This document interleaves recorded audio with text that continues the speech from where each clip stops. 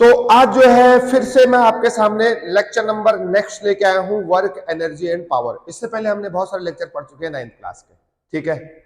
Structure और item पढ़ चुके हैं और इसके बाद हम बायोलॉजी के भी लेके आएंगे और केमिस्ट्री के बचे हुए चैप्टर लेके आएंगे, ठीक है ना भाई। तो आज हम बात करेंगे वर्क एनर्जी एंड पावर। हालांकि हमने पहले भी ये चैप्टर डाला हुआ है वर्क एनर्जी एंड पावर का, ठीक है। तो वर्क एनर्जी एंड पावर की बात करें, बहुत इंपॉर्टेंट चैप्टर, आगे आने वाले क्लास 11 में भी बहुत इंपॉर्टेंट चैप्टर होगा भाई। सबसे पहले अगर हम बात करें वर्क की, हम कब कहेंगे काम हो रहा है, हम कब कहेंगे कि काम हो रहा है, कार्य हो रहा है। वर्क का मतलब होता है कार्य, कार्य, ऊर्जा और शक्ति, इस चैप्टर का नाम है। तो हम कब कहेंगे कि कार्य हो रहा है, काम हो रहा है। देखो फिजिक्स कहती है सर अगर किसी बॉडी में हम फोर्स लगा दें, अगर किसी बॉडी में हम फोर्स लगा दें और उसके बाद वो अपनी पोजीशन को बदल रहा है, अपनी जगह बदल रहा है, तो हम कहेंगे वर्क हो रहा है नहीं है? तो तब हम कहेंगे वर्क हो रहा है।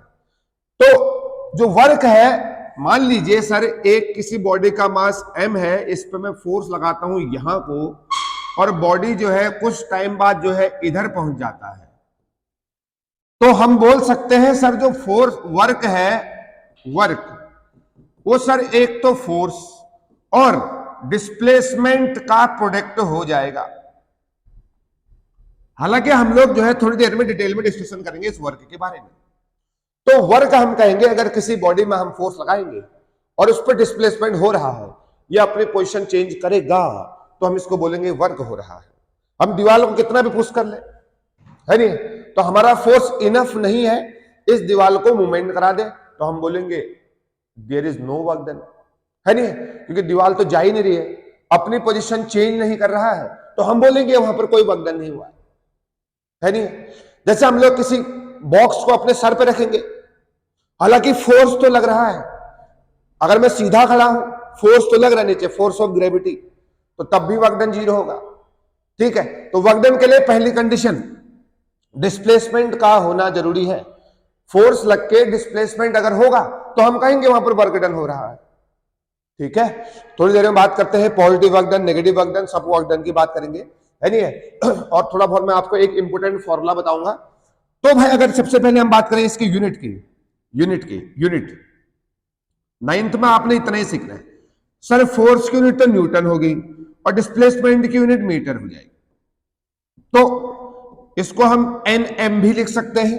तो न्यूटन मीटर जो है वर्क की यूनिट हो जाएगी और ये जो है स्केलर क्वांटिटी कहलाएगा। स्केलर क्वांटिटी जो है वर्क को हम स्केलर क्वांटिटी बोलेंगे, ठीक है। मतलब ये सिर्फ और सिर्फ मैग्नीट्यूड देता है, 2 जूल 10 जूल, ठीक है ना भाई। और इसको हम जो है जूल भी बोल सकते हैं, जूल, ठीक है ना भाई, हम इसको जो है जूल भी बोल सकते हैं। तो वर्क की यूनिट न्यूटन मीटर बोल दो या जूल बोल दो, काम चल जाएगा। और अगर आपसे अगर ये पूछता है मेरे प्यारे बच्चों बताओ 1 जूल किसे कहते हैं, 1 जूल, तो आप बोलेंगे सर एक बॉडी है सर, एक बॉडी रही, इस पे मैं अगर 1 न्यूटन का फोर्स लगा रहा हूं तो ये बॉडी जाके 1 ही मीटर का डिस्प्लेसमेंट अगर हो रहा है नहीं है, तो इसको हम क्या बोलेंगे 1 जूल। क्या बोलेंगे 1 जूल। तो 1 जूल कहलाएगा 1 newton metre, 1 metre, 1 newton into 1 metre जो है ये आपका कहलाएगा जूल, 1 जूल। तो हम कहेंगे अगर किसी बॉडी में 1 न्यूटन का फोर्स लग रहा है और बॉडी जाके 1 ही मीटर जाके डिस्प्लेसमेंट हो रहा है, मतलब 1 मीटर आगे जाके फिर रेस्ट मार रही है, तो हम कहेंगे 1 जूल का वर्क डन हुआ है। कितने का वर्क डन हुआ है 1 जूल, 1 जूल, ठीक है भाई। तो देखिए थोड़ा बहुत मैं आपको और बता देता हूं। चलिए फिजिक्स में अगर हम बात करें हायर क्लासेस में, मान लीजिए ये m मास की बॉडी है, m मास की बॉडी है भाई जी, मान लीजिए फोर्स इस तरीके से लग रहा है F, अभी हॉरिजॉन्टल फोर्स नहीं लग रहा है, अभी हॉरिजॉन्टल फोर्स नहीं लग रहा है। मान लीजिए हॉरिजॉन्टल से एंगल बना रहा है थीटा, कितना एंगल बना रहा है भाई थीटा। अब आप देखो ये जो फोर्स है F, ये ना ही कंप्लीटली हॉरिजॉन्टल लग रहा है और ना ही कंप्लीटली वर्टिकल लग रहा है, तो इसके 2 कंपोनेंट है, ये बीच में है ना, इसका प्रभाव दोनों जगह है। ये हॉरिजॉन्टल में भी लग रहा है और वर्टिकल में भी लग रहा है। अरे एक ब्लॉक है, उसको मैं रस्सी से ऐसे करके ले जा रहा हूं, ब्लॉक इधर को आ रहा है, ब्लॉक इधर को डिस्प्लेसमेंट हो रहा है। देखो ब्लॉक का डिस्प्लेसमेंट यहां को हो रहा है, एस, मान लो एस डिस्प्लेसमेंट हो रहा है, लेकिन ये वाला फोर्स इसको नहीं लेके आ रहा है इधर, ठीक है ना। ये वाला फोर्स जो है, एफ फोर्स जो है, इसको हॉरिजॉन्टल डायरेक्शन में नहीं लेके आ रहा है, इसके कुछ कंपोनेंट लेके आ रहे हैं, है नहीं है, क्योंकि ये कंप्लीटली हॉरिजॉन्टल में थोड़ी लग रहा है, ये नहीं कंप्लीटली वर्टिकल लग रहा है। अगर ये कंप्लीटली वर्टिकल लगता तो ब्लॉक ऊपर को जाता, लेकिन ब्लॉक तो इधर को आ रहा है, ब्लॉक की डायरेक्शन तो ये है।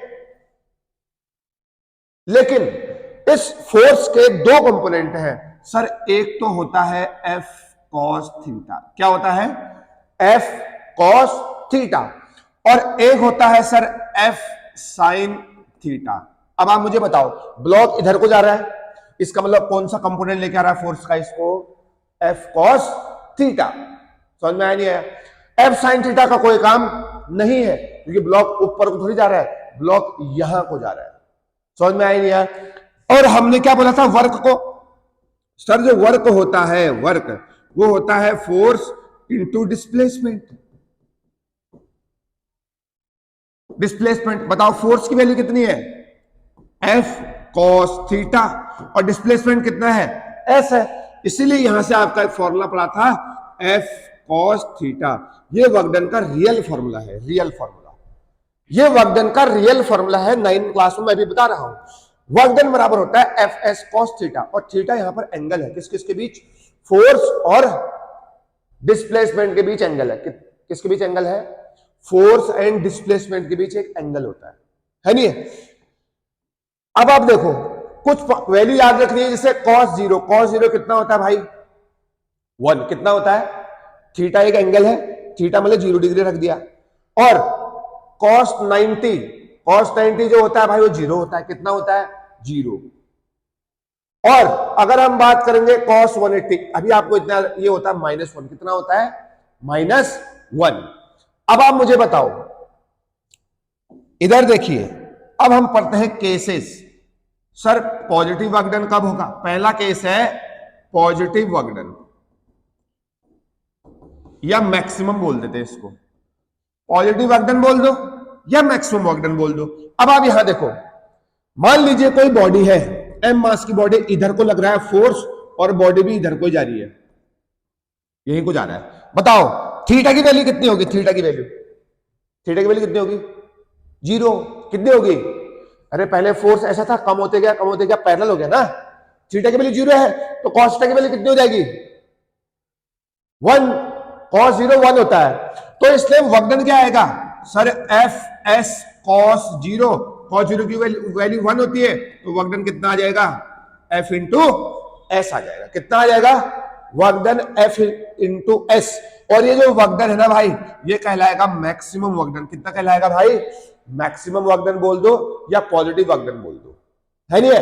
तो जब भी 90 डिग्री से कम का एंगल होता है, क्या बोला, जब भी 90 डिग्री से कम एंगल होगा तो वर्क डन कैसा होगा, पॉजिटिव। कैसा होगा, पॉजिटिव। लेकिन अगर थीटा की वैल्यू 0 होगी, मतलब क्या हुआ, इसका मतलब क्या हुआ, फोर्स और डिस्प्लेसमेंट एक दूसरे के पैरेलल है नहीं है? मैं एक ब्लॉक को ऐसे खींच रहा हूं और ब्लॉक भी इधर को आ रहा है, मतलब फोर्स और डिस्प्लेसमेंट एक दूसरे के पैरेलल है। मैं इसको खींचूंगा रस्सी से, आजा आजा आजा, ये इधर को आएगा, इसका मतलब दोनों के बीच में एंगल कितना है, 0। कितना है, 0 है, तो मैं कहूंगा ये ब्लॉक मैक्सिमम वर्क डन करेगा, है नहीं है? तो मैक्सिमम वर्क डन कब होगा, जब फोर्स एंड डिस्प्लेसमेंट एक दूसरे के पैरेलल होंगे और एक ही डायरेक्शन में जा रहे होंगे, एंगल 0 कहलाएगा, तब वर्क डन कितना होगा भाई, मैक्सिमम। कितना होगा, मैक्सिमम। पॉजिटिव तो है ही, समझ में आगे नहीं आ गया?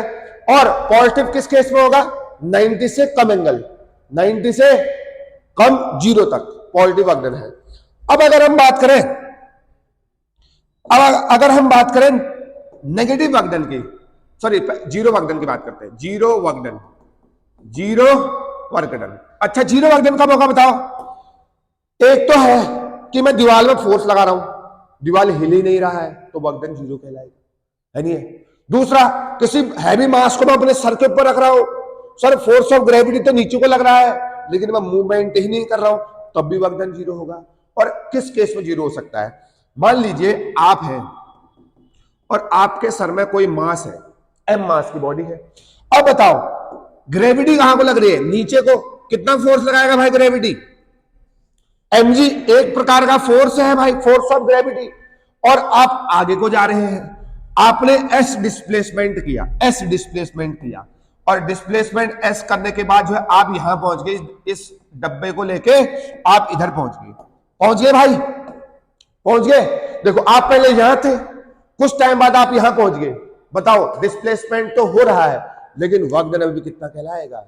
जीरो का कहलाएगा। अब आप देखो डिस्प्लेसमेंट यहां को हो रहा है, फोर्स ऑफ ग्रेविटी नीचे को लग रही है mg, इन दोनों के बीच में एंगल कितना कहलाएगा? 90 है ना। इन दोनों में एंगल कितना है? 90 है। बताओ वर्क डन का फॉर्मूला होता है fs cos 90। बताओ cos 90 कितना हो गया? जीरो। किसी टर्म को जीरो से इंटू कर दो, वर्क डन कितना आ जाएगा भाई? जीरो आ जाएगा। तो ये कहलाता है जीरो वर्क डन। समझ में आया नहीं है? एक कुली है, स्टेशन में कुली जा रहा है, किसी सामान को लेके जा रहा है आगे, ठीक, उसकी एनर्जी का लॉस हो रहा है, एनर्जी का लॉस हो रहा है लेकिन उसने वर्क डन कितना कर रहा है? जीरो। कितना कर रहा है? जीरो, क्योंकि फोर्स ऑफ ग्रेविटी नीचे को लग रही है भाई। उस सामान पे फोर्स ऑफ ग्रेविटी टुवर्ड्स अर्थ और जहां आगे को रहा है, तो वर्क डन कितना कहलाएगा? जीरो कहलाएगा। तो zero work done for a moving body के लिए भी जीरो वर्क डन हो सकता है। और अगर कोई बॉडी खड़ी है, कितना फोर्स लगा रहा हूं, नहीं हिल रहा है, कोई कार बस है, हम तो उसमें फोर्स लगाएंगे ऐसे करके, तो ऐसा थोड़ी कि चलने लग जाएगा। अगर नहीं चल रहा तो वर्क डन जीरो है, अगर चलेगा तो वर्क डन कुछ ना कुछ होगा क्योंकि उसको डिस्प्लेसमेंट मिल गया। बात समझ में आ गई? अगर हम बात करें नेगेटिव वर्क डन की, ये सेकंड पार्ट था भाई इसका। और अगर हम बात करें नेगेटिव वर्क डन की, नेगेटिव वर्क डन, अच्छा आपने सुना होगा, मान लीजिए कोई बॉडी है भाई, फिर से बॉडी की बात कर देते हैं, इसका ये आगे को चल रहा है, इधर को, इसका डिस्प्लेसमेंट तो यहां को हो रहा है लेकिन मतलब इसको एक्सीलरेशन यहां को मिल रहा है, लेकिन फ्रिक्शन की वजह से इसको पीछे को क्या लग रहा है? फ्रिक्शन फोर्स लग रहा है। क्या लग रहा है भाई? Friction force. समझ में आया नहीं है? दिक्कत नहीं है? अब आप मुझे बताओ, मैं इधर को चल रहा हूं, फ्रिक्शन कहां लग रहा है? पीछे को लग रहा है ना, तो work done due to friction क्या होगा? नेगेटिव। कितना होगा? नेगेटिव। अब आप मुझे बताओ, फ्रिक्शन फोर्स लग रहा है पीछे को, FR लिख देते हैं इसको, और बॉडी का डिस्प्लेसमेंट हो रहा है आगे को। बताओ इन दोनों के बीच में एंगल कितना हो गया भाई जी? 180 हो गया। बताओ वर्क डन का फॉर्मूला क्या होता है? FS cos 180 होता है। समझ में आया नहीं है? cos 180 कितना होता है भाई जी? -1। तो वर्क डन कितना हो जाएगा? माइनस का F इंटू S। बताओ वर्क डन किस में आ रहा है? नेगेटिव में आ रहा है, माइनस में आ रहा है। समझ में आया नहीं है? अब आप देखो, एक ही टाइम पर वर्क डन पॉजिटिव भी हो सकते हैं, एक ही टाइम पर वर्क डन नेगेटिव भी हो सकते हैं। पता है कैसे? इधर देखिए, मान लीजिए एक मेरे पास ब्लॉक है, ब्लॉक का मास कितना है भाई जी? M है। कितना मास कितना है? M है। और ये सरफेस है मेरे पास, ये सरफेस है और इस सरफेस में है फ्रिक्शन। क्या है भाई? फ्रिक्शन है सरफेस में। ठीक है, तुम बॉडी को इधर को खींच रहे हो, खींचा तुमने, बॉडी को इधर को खींचा, खींच दिया इधर को, ठीक है। बॉडी में तुमने जैसे ही एक्सटर्नल फोर्स लगाया इधर को, बॉडी जाके इधर आके इधर पर आ गई। बताओ इसमें दोनों प्रकार का वर्क डन है नहीं है? बताओ, इसमें पॉजिटिव वर्क डन भी है और नेगेटिव वर्क डन भी है। अगर आपसे पूछे what is positive work done, तो आप बोल देना सर आप फोर्स इधर को लग रहा है, डिस्प्लेसमेंट बॉडी इधर को ही हो रहा है, मैक्सिमम वर्क डन है। लेकिन अगर फोर्स ड्यू टू फ्रिक्शन पूछेगा, फ्रिक्शन फोर्स कहां का लग रहा है? पीछे लग रहा है। कहां को लग रहा है? फ्रिक्शन फोर्स पीछे, बॉडी आगे को बढ़ रही है, तो यहां पर पॉजिटिव वर्क डन भी है और नेगेटिव वर्क डन भी है। बात समझ में आगे नहीं आगे? दिक्कत है? तो इस तरीके से जो है ये हमने सीख लिया है वर्क डन कब पॉजिटिव है और कब नेगेटिव है। ना ग्रेविटी अभी जमीन पे है, अभी जमीन में है, जमीन में ऐसे करके खिसका रहा हूं उसको, है नहीं है? तो हम लोग कोई ग्रेविटी नहीं है। जब यहां पर होगा, यहां पर इफेक्ट है ग्रेविटी का। समझ में आया नहीं है? दिक्कत है? तो इस तरीके से जो है हमने सीख लिया है वर्क। और फॉर्मूले सिंपल से आते हैं 9th क्लास में, तो है नहीं? एक आपको फोर्स दे रखा होगा, एंगल अगर आप दे रखा है तो वैल्यू आपको देगा भाई कि cos थीटा की वैल्यू जो है, cos 30 की वैल्यू √3/2 होती है, cos 60 की वैल्यू 1/2 होती है, cos 45 की वैल्यू 1/√2 होती है। समझ में आया? ये वैल्यू आपको देगा, ठीक है। तो मैं इसलिए समझा रहा हूं कि हायर क्लासेस में जाके आपको आसानी पड़ेगी, तो आप बोलेंगे ठीक है थोड़ा बहुत पढ़ा हुआ है, समझ में आ गया नहीं आ गया। ये था आपके वर्क के बारे में। तो वर्क पॉजिटिव भी हो सकता है सर, वर्क नेगेटिव भी हो सकता है, और वर्क जीरो वर्क डन भी हो सकता है, ठीक है। वर्क की कहानी है, अगर किसी बॉडी पर फोर्स लगाओगे तो उसका डिस्प्लेसमेंट होना चाहिए, तो तब वर्क कहलाएगा। यानी बॉडी में फोर्स लग रहा है, डिस्प्लेसमेंट हो रहा है, तब भी वर्क डन नहीं हो सकता है। फोर्स ऑफ ग्रेविटी, तुम आगे को चल रहे हो, ग्रेविटी नीचे को लग रही है, दोनों के बीच में 90 का एंगल है, तब भी कितना कहलाएगा वर्क डन? जीरो कहलाएगा। समझ में आ गया नहीं आ गया? तो ये वर्क की कहानी है। अब हम बात करते हैं एनर्जी के बारे में। देखें भाई, अगर हम बात करें एनर्जी के बारे में, एनर्जी सर, एनर्जी क्या होता है? The capacity to do work, है नहीं? किसी काम को करने की कैपेसिटी जो होता है वो एनर्जी को डिफाइन करता है। मतलब वर्क एंड एनर्जी दोनों एक दूसरे के साथ साथ चलते हैं। अगर एनर्जी है तो काम होगा, अगर काम हो रहा है तो वहां एनर्जी है। बात समझ में आई नहीं? तो capacity to do work, capacity to do work, किसी काम को करने की कैपेसिटी जो है वो एनर्जी को बताता है नहीं? तो काम हो रहा है तो वहां पर एनर्जी है, अगर एनर्जी है तो काम होगा। बात समझ में आई नहीं? तो एनर्जी जो है बहुत प्रकार की एनर्जी है भाई। अगर पंखा घूम रहा है इसका मतलब इसको पास एनर्जी होगी, रोटेशनल एनर्जी, है नहीं? कोई बॉडी रोड में दौड़ रही है, गाड़ी चल रही है, उसके पास एनर्जी होगी, कौन सी? Kinetic energy. कौन सी एनर्जी होगी? Kinetic energy. कोई चीज वाइब्रेट कर रही है अपने फिक्स पोजीशन पे, वाइब्रेशन हो रहा है उस पे, है नहीं? सिर्फ वाइब्रेट कर रही है। जैसे मान लो कौन से पार्टिकल है? सॉलिड के जो पार्टिकल है ना, सॉलिड में सिर्फ वाइब्रेशन होता है ना, सॉलिड के पार्टिकल वाइब्रेट करते हैं, पोजीशन तो चेंज नहीं करते हैं, तो वाइब्रेशनल काइनेटिक एनर्जी है उसके पास, वाइब्रेशनल एनर्जी है। कोई बॉडी रोटेट कर रही है किसी फिक्स एक्सिस के अलॉन्ग तो रोटेशनल एनर्जी कहलाएगी, क्योंकि काम हो रहा है। वाइब्रेट कर रही है कोई बॉडी तो काम हो रहा है ना, उसका मतलब वहां पर एनर्जी होगी उसके पास। बात समझ में आई नहीं? कोई बंदा दौड़ रहा है, कोई गाड़ी तेज भाग रही है, कोई गाड़ी स्लो भाग रही है, ट्रेन भाग रही है, समझ में आई नहीं? उसके पास एनर्जी होगी काइनेटिक। कौन सी एनर्जी होगी भाई? काइनेटिक एनर्जी होगी। स्प्रिंग है आपके पास, स्प्रिंग के पास शुरुआत में पोटेंशियल एनर्जी है, जब आप उसको स्ट्रेच करोगे इसका मतलब उसको कुछ मोशन मिल गया, वो काइनेटिक में बदल जाएगा धीरे धीरे करके। समझ में आया नहीं आया? दिक्कत है भाई? तो जैसे आप किसी बॉल को ऊपर हाइट में फेंकोगे, उसके पास काइनेटिक एनर्जी भी होगी और उसके पास पोटेंशियल भी होगी। वो बात अलग है, जब वो टॉप मोस्ट पॉइंट में जाएगा तो उसके पास केवल और केवल पोटेंशियल एनर्जी बच जाएगी। बात समझ में आएगी नहीं आएगी? और यहां एक कहानी होती है, सर जितना काइनेटिक एनर्जी है शुरुआत में वो पोटेंशियल में बदलेगा, कोई एनर्जी बाहर से नहीं आएगी और ना किसी एनर्जी का लॉस होगा। Conservation of energy, conservation of mechanical energy, है नहीं? एनर्जी कभी लॉस नहीं होती है, ना ही कभी एनर्जी गेन होती है नहीं? ना ही उसको क्रिएट कर सकते हैं, ना ही उसको हम बना सकते हैं, ना ही नष्ट कर सकते हैं। कंजर्वेशन ऑफ एनर्जी कहलाता है। तो एनर्जी बहुत प्रकार की होती है, तो आपको सिर्फ और सिर्फ यहां पर दो पढ़ने हैं, एक तो काइनेटिक एनर्जी पढ़ना है और एक तो कौन सा पढ़ना है भाई? Potential energy. फिर पावर पढ़ेंगे, फिर क्लास खत्म है 10 मिनट में। दिक्कत है भाई? तो सर देखो, सबसे पहले आप हमें यह बता दो सर, काइनेटिक एनर्जी किसको बोलते हैं? सबसे पहले सर ये बता दो कि काइनेटिक एनर्जी किसे बोलते हैं। तो हम बोल सकते हैं energy possessed bye a body when it is in the motion, है नहीं? तो ये एनर्जी जो है पार्टिकल या बॉडी के मोशन की वजह से आएगी। और इसका मान लीजिए किसी बॉडी का मास m है, उसको मैंने v वेलोसिटी दे दिया, v स्पीड दे दिया, वेलोसिटी दे दिया, तो मेरे प्यारे बच्चों इसके काइनेटिक एनर्जी कितनी हो जाएगी? हाफ mv स्क्वायर हो जाएगा। कितना हो जाएगा भाई? Half mv square. आपने इसको प्रूफ भी करा होगा, कराना, प्रूफ कराना इसको काइनेटिक एनर्जी को। आपने कैसे प्रूफ किया बताओ? अगर हम इसके प्रूफ की बात करें, प्रूफ सर, अगर मैं इसको प्रूफ की बात करूं कि कैसे हम इसको प्रूफ कर सकते हैं, सर मान लीजिए एक बॉल था जिसका मास था m, शुरुआत में उसको कितनी बताओ? बताओ शुरुआत में कितनी स्पीड है उसकी? u स्पीड है, u is initial velocity, speed. और अगर s डिस्टेंस चलने के बाद बॉडी यहां पहुंच गया, और मान लीजिए इसकी वेलोसिटी कितनी होगी भाई, बताओ कितनी वेलोसिटी होगी, v। और इस पे मान लो मैंने इधर से इसको धक्का मारा, फोर्स f, और इसको एक्सीलरेशन कितना मिल गया भाई जी, a मिल गया। समझ में आया नहीं है? तो आप बताओ, आप जानते हैं, बताओ जिस डायरेक्शन में फोर्स लगा रहा हूं क्या उसी डायरेक्शन में डिस्प्लेसमेंट हो रहा है, नहीं हो रहा है? देखो यहां से फोर्स लगाया, पैरेलल लग रहा है, डिस्प्लेसमेंट और फोर्स एक दूसरे के क्या है, पैरेलल है, इसलिए यहां पर थीटा की वैल्यू 0 रखते हैं, और 0 कितना होता है, 1 मैक्सिमम। तो बताओ अगर हम बात, तो हम जानते हैं वर्क बराबर कितना